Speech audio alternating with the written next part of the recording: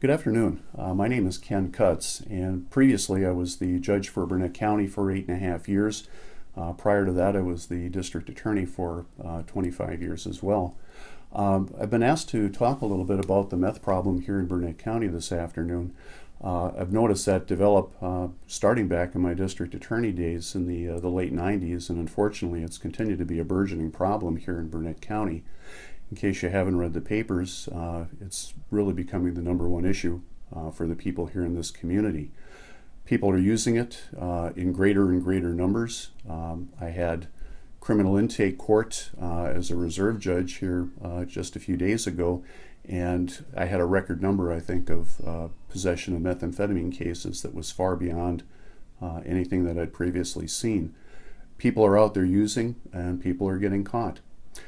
It's unfortunate that when you're a judge, you have to see some of the lesser sides of humanity in the course of doing your job, because I have to do criminal cases, I have to do divorce cases, and I have to do child protection cases. And all three of those areas are areas where we're seeing meth take its toll in greater numbers. People are coming into court with the potential loss of losing their liberty because they use meth. People are having their children taken away by social services because their use of meth endangers their kids. And it even comes into play in divorce cases where people are looking to get custody of their children after the divorce is done. If you've got a meth problem, the likelihood of you getting your children following a divorce drops off considerably.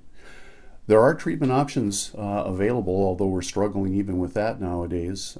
Over the last years, we've developed multiple types of treatment, both inside and outside the court system. Back in 2006, we developed the Burnett County Drug and Alcohol Court Program. Originally, it started out focused primarily on methamphetamine. It kind of got away from that and focused more on alcohol for a period of time. And now, unfortunately, methamphetamine is now coming back to be the main focus of that program. Fortunately, for the participants who are in it, they've got a much higher likelihood of succeeding once they graduate from that than they do with a conventional treatment program.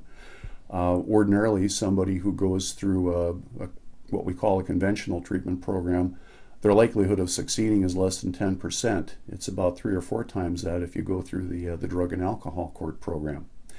And since then, we've also developed an additional program which is outside of the court system, which is a meth diversion program.